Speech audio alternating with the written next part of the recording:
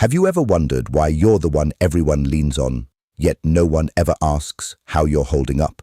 The stronger you seem, the more invisible your pain becomes.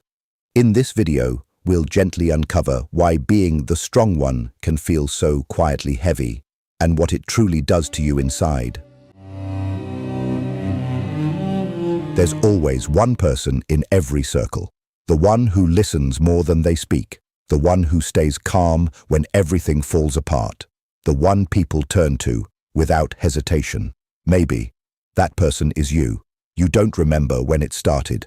It wasn't a decision you made one day. It slowly became who you are. At first, it felt meaningful. Being needed gave you a sense of purpose. When someone cried, you were there. When someone broke down, you stayed steady. When everything felt chaotic, you became the calm, and people noticed. They called you mature. They said you were strong. They trusted you with things they couldn't tell anyone else. And quietly, you accepted that role. Not because you wanted attention, but because it felt right. There's something deeply human about wanting to be reliable, to be someone others can count on, to hold space for people when they can't hold themselves together. So you kept showing up, even when you were tired, even when your mind was heavy, even when your own world felt like it was quietly falling apart. You still showed up, because that's what strong people do.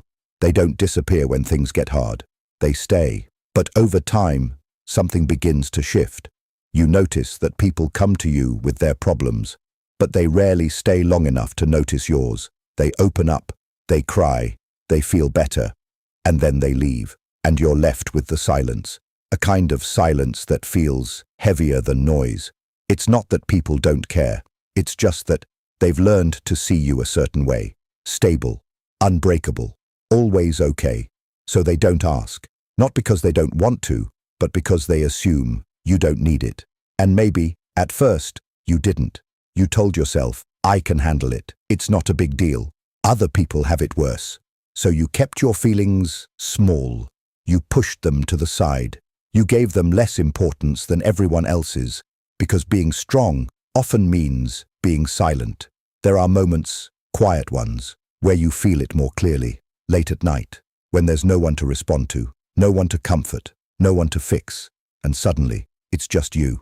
And everything you've been holding in starts to surface. Not all at once, but enough to make your chest feel tight, enough to make your thoughts feel heavy. And in those moments, you don't feel strong, you feel tired. Not physically, but emotionally. The kind of tired that doesn't go away with sleep. Because it's not about rest. It's about being the one who always gives and rarely receives. You begin to realize something subtle, something you never really questioned before. You've been everyone's support system, but you don't really have one of your own, not in the same way. Yes, you have people around you, friends, family, conversations, but it's different because with them, you're still the strong one. Even when you try to open up, you soften your words, you filter your feelings, you make your pain easier to handle. So it doesn't feel too heavy for them, so they don't worry too much. So you can stay who they think you are. And slowly, without realizing it, you become someone who knows how to carry everything, except your own emotions. There's a quiet irony in that. The person who understands everyone often feels the least understood. And the more people rely on you, the harder it becomes to step out of that role. Because if you change, if you show weakness, if you admit that you're not okay, you wonder, will they still see me the same way? Will they still come to me? Will I still matter if I'm not strong? So you hold it in, not because you don't want to share, but because you don't know how to be seen differently. And that's where the story begins to deepen. Because being the strong one isn't just about helping others. It slowly becomes a part of your identity. And once it becomes who you are, it's hard to separate yourself from it. But beneath that identity, there's something much quieter, much more fragile, something that hasn't been fully seen. And in the next part, we'll slowly uncover that hidden space, the internal conflict that strong people rarely admit, even to themselves. If this content speaks the words you can't explain, click subscribe. Thank you for your support. There's a truth that strong people rarely say out loud. Sometimes they don't feel allowed to fall apart, not because anyone told them directly, but because over time, they learned that their role is to hold everything together, and roles can become cages. At first, it feels like responsibility, then it becomes expectation, and eventually, it turns into pressure, a quiet, constant pressure, to be okay, to stay composed, to not make things harder for others. Even when your own heart feels heavy, you begin to notice small things. When you're quiet, people assume you're just thinking. When you're distant, they assume you need space. When you're hurting, they assume you'll handle it, because you always have. And so, your pain becomes invisible, not because it doesn't exist, but because it doesn't match the version of you they know. That's where the conflict begins. You start to feel something uncomfortable, a kind of loneliness that doesn't come from being alone, but from not being seen. You're surrounded by people, conversations, laughter, noise, but inside, there's a quiet distance, because no one really sees the part of you that struggles. And maybe you don't show it either, because showing it feels unfamiliar, even risky. You've spent so much time being the one who understands that you don't know how to be the one who needs understanding. It feels unnatural. There's also something deeper, something harder to admit. Sometimes you feel resentful, not toward people, but toward the situation, toward the fact that you're always the one holding space, but rarely the one being held, and that feeling brings guilt, because you care about people. You want to be there for them. So when that quiet resentment appears, you push it away. You tell yourself, I shouldn't feel this way. They need me. It's not about me. And once again, your feelings become secondary. Over time, this creates a pattern. You start to disconnect from your own needs, not intentionally, but gradually. You become so focused on what others feel that you stop checking in with yourself. And when you do, it feels overwhelming, because everything you've been holding in doesn't come out gently. It comes out all at once, in overthinking, in emotional exhaustion, in moments where small things feel heavier than they should, and you don't always understand why, because on the surface, you're still functioning, still showing up, still helping others, still being strong, but inside, there's tension, a constant emotional weight that never fully disappears. Another hidden struggle. You start to believe that your value comes from being needed, that your importance is tied to how much you can give. So when there are moments where no one needs you, it feels strange, almost empty. You begin to question, if I'm not helping, then what am I? And that thought is heavier than it seems, because it ties your identity to your usefulness, not to who you are, but to what you provide. And that creates a quiet fear, the fear of being replaceable, the fear of being overlooked, the fear that without your strength, you might not matter as much. So you keep being strong, not just for others, but to maintain your place, even if it costs you emotionally. There's also another layer. You've become so used to solving problems that you don't know how to sit with your own. You try to fix your feelings, analyze them, understand them quickly. But some emotions don't need solutions.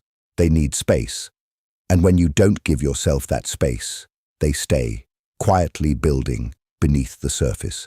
This is the part no one sees. The strong person who feels overwhelmed, but doesn't show it. The one who listens to everyone, but feels unheard.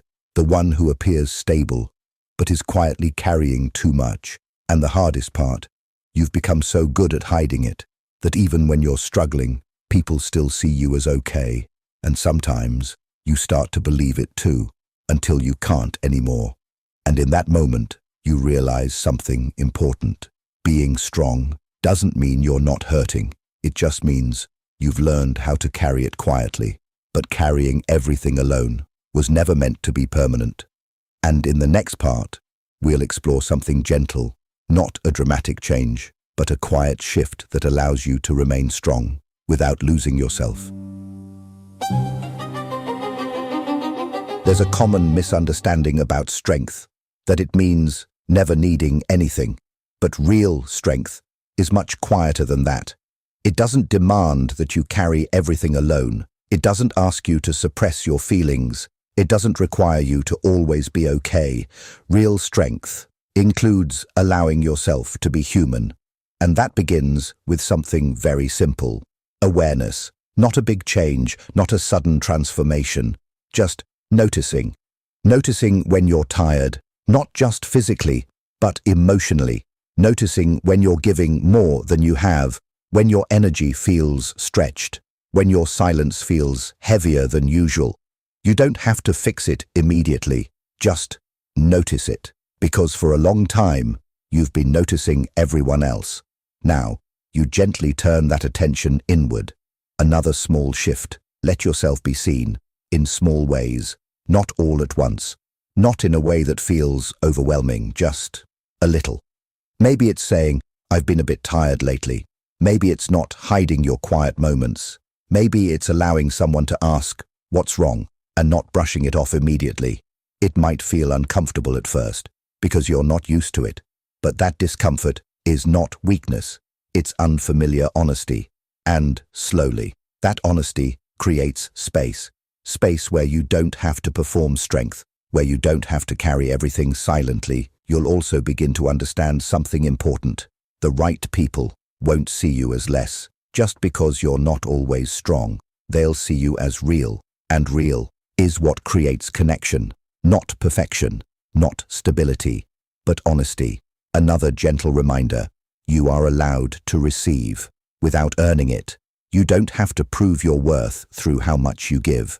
You don't have to wait until you're completely overwhelmed to deserve support. You're allowed to need things, even when everything seems fine.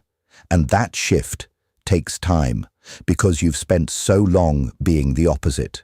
So be patient with yourself. You're not replacing who you are. You're expanding it. You're still strong. But now, your strength includes softness. You're still reliable. But now, you're also allowed to rest. You're still there for others. But you're no longer abandoning yourself in the process. And maybe that's what true balance looks like. Not choosing between strength and vulnerability, but allowing both to exist, quietly, together. There will still be moments where people come to you, where you listen, where you support. But now, there will also be moments where you pause, where you ask yourself, how am I really feeling? And instead of ignoring the answer, you sit with it, gently, without judgment, because your feelings don't need to be minimized to make others comfortable. They deserve space too. And over time, something shifts inside you. The weight feels lighter, not because life becomes easier, but because you're no longer carrying everything alone. You begin to feel seen, not by everyone, but by the right ones, and most importantly, by yourself. And maybe that's where it truly begins, not in changing who you are, but in finally including yourself, in the care you've been giving to everyone else. So if this story felt familiar, if parts of it felt like they were quietly describing you, then stay, continue learning, watch the next story, because there's more waiting for you. And this time, you don't have to carry it alone. See you there.